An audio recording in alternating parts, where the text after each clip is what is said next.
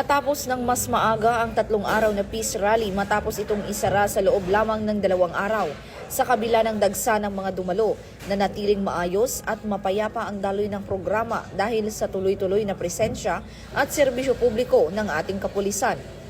Patuloy naman na nagbigay pa ng seguridad ang PNP upang matiyak ang kaligtasan at kaayusan ng lahat, habang ginagabayan ang publiko ng mahinahon at organisadong pamamahayag ng kanilang mga saloobin. Masasabi ko maayos naman siya at medyo hindi naman naapektuhan yung biyahe namin, tsaka maayos pa rin yung flow ng traffic. Yes. Kahit medyo may mga light lang na traffic pero hindi ganun pa. Tsaka mas maganda yung peaceful kasi para walang magkakasakitan. At least may pahayag nila yung gusto nila pero sa maayos na pamaraan.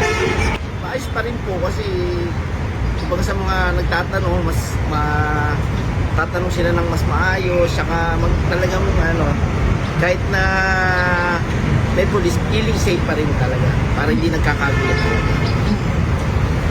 Tsaka maayos talaga. Suli lang po sana na maging tahimik, yung hindi magulo para sa bawat isa walang magkaroon ng harahasan, walang maging masasaktan both side para maging maayos po lahat. Yun lang po, pagpatuloy lang po. Sabi ko lang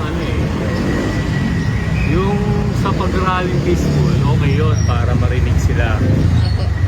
Yung transparent, yung makita ng bayan na may nag-rally para sa mga Pilipino. Ang sa amin, naapektuhan kami, syempre nagkakaroon ng traffic, nagkakaroon ng sa mga customer na nandiyan dyan, gusto nila masundo sila pero hindi kami makadaan kasi yun lang siguro yung medyo pero dun sa rally maganda naman yun para naririnig din ng gobyerno yung hinaing ng mga tao. Yun lang. Sa mga otoridad sa pulisan saludo po kami dyan na talagang nagsiservisyo totoo sila. Marami rin sa ating mga kababayan ang nagpahayag ng kanilang pasasalamat sa mga pulis na patuloy na nagseserbisyo. Sa kabuuan, naging matagumpay ang maagang pagtatapos ng peace rally dahil sa kooperasyon ng publiko at sa matatag na serbisyo ng ating mga kapulisan. Ito po ang bagong PNP para sa bagong Pilipinas, serbisyong mabilis, tapat at nararamdaman. Ako po si Patrolwoman Fe Octaviano para sa Police News Express. At ito ang bagong PNP para sa bagong Pilipinas.